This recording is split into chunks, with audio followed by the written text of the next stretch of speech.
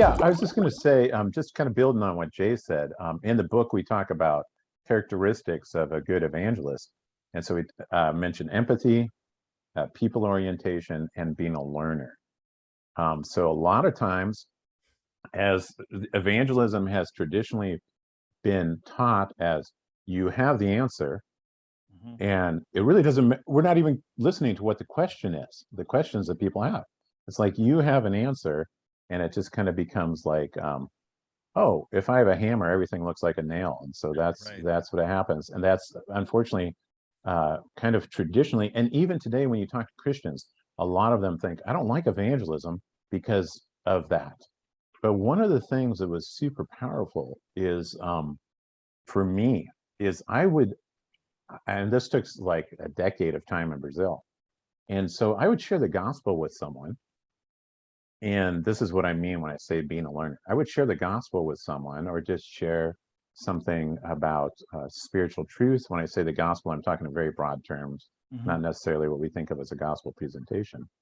And then, sometimes this person would be in a village, sometimes they'd be in a town, sometimes they'd be out very, I'd go someplace that were extremely isolated.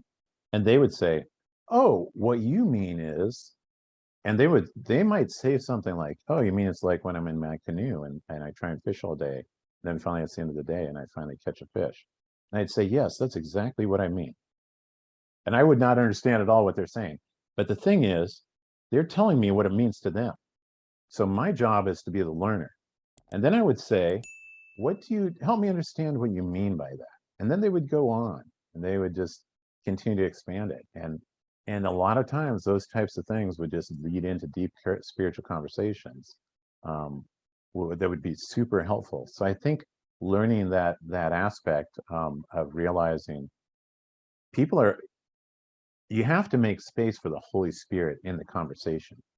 When that means that we have to abandon this idea that if I get the words right, the person will respond. That seems to like cut out the space for the Holy Spirit to work in that person's life.